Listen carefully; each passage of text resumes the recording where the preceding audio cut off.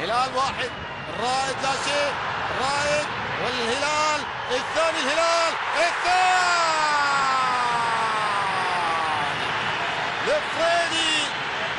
لفريدي في الثاني، لفريدي بانفراد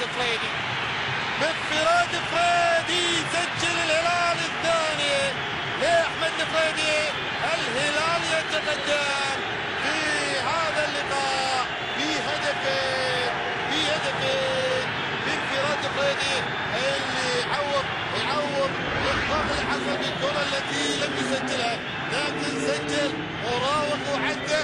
وهنا الكرة التي حاول فيها هو دفاع بعده، لكن ايضا الفريدي على طول سجل حاول، لكن سلمان خالدي يفشل في ابعاد هذه الكرة، والفريدي